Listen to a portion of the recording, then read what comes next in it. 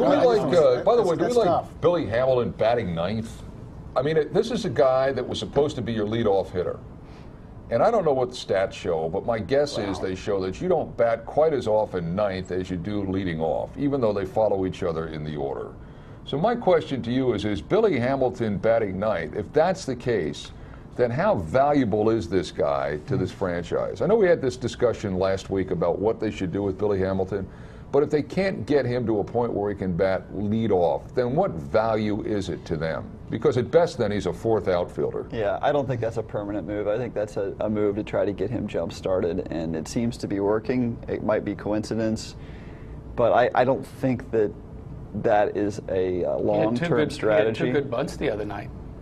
It's about time. Well, I know. I mean, I don't think that's because he was batting ninth, but twice then, in the same game, he had a bunt for a single and a squeeze bunt that almost came in. He did, and then he had another one where the third baseman was playing deep with a runner on base and 2 outs, and he could have just laid the ball out there, and he would have been safe by a mile, and he didn't even try. Yeah. How many? I should know this. How many stolen bases does he have?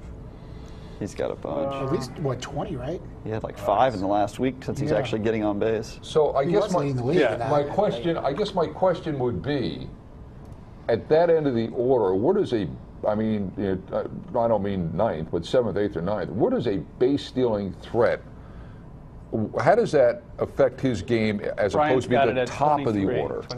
23 stolen. See what I'm saying? You know what I'm saying is, I mean, do you have more opportunities to steal at the top of the order because normally they're better hitters than you do at the bottom of the order, where you generally stick your second and third worst hitter? It definitely isn't traditional, but I think it is an effort to try to take some of the pressure that he feels from leading off, but still having him near the better hitters. Whether they're grasping at straws, I think, right now, but it seems to have worked a little bit.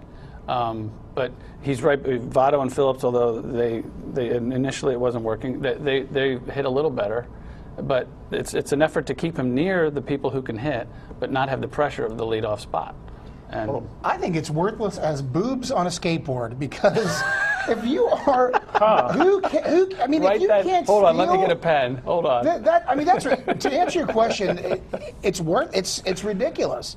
If you can't get on and run around the bases and get home, if you can't even get to first or drive someone in, hit a pop fly, it's terrible. This guy's number one, or he's got to go, like you said last week, run off with Pete Rose and do some work. Yeah, go back down to AAA. I don't know. This is what I think. I mean, and again, Mike, I hear what you're saying, but it seems like this is Brian Price's version of Boys Town.